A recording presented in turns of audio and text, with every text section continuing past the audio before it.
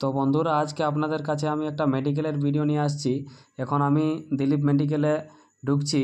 তো আপনাদেরকে দিলীপ মেডিকেলের নিয়ে কিছু কথা বলতে আমি যাচ্ছি, আপনারা একটু মন দিয়ে শুনুন।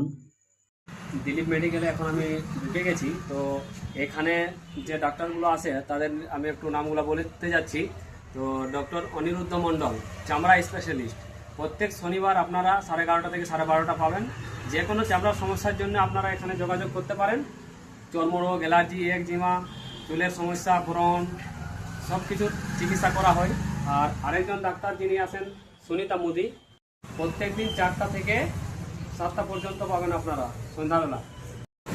সুনিতা ম্যাম যিনি আছেন তিনি গাইনোকোলজিস্ট স্পেশালিস্ট।